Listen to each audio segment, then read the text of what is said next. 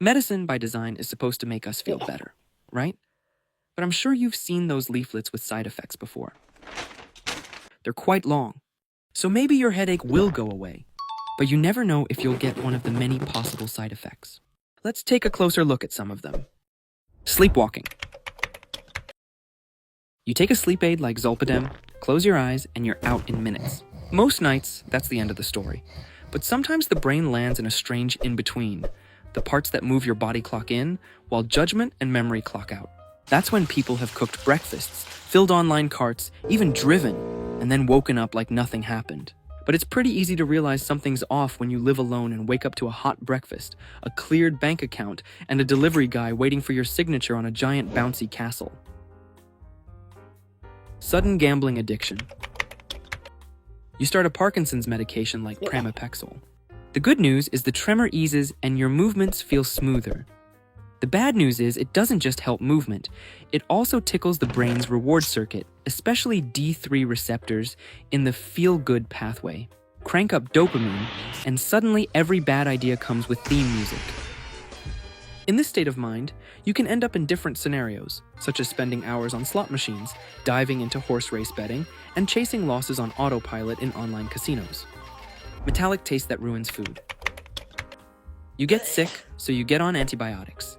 A few days pass and you start to feel better, so for a little treat, you order your favorite pizza. You take a bite, and it tastes like licking a rusty concrete mixer. You're mad and ready to call the restaurant to yell at them, but your roommate seems to enjoy it just fine. It's not the pizzaman's fault. Some antibiotics can mess with the taste receptors on your tongue and the chemistry of your saliva, flipping the flavor signals your brain gets. For some people, it's just a faint metallic hint. For others, everything tastes like a toolbox. Either way, dinner becomes more of a challenge than a reward. The good news? It fades once you stop the meds. Until then, bon appetit, and welcome to the R2D2 diet. Instant hangover if you drink. Everybody knows that mixing alcohol with meds isn't the brightest idea, but here, we're talking about a whole different level. Some antibiotics, like metronidazole, don't just disagree with alcohol, they declare war on it.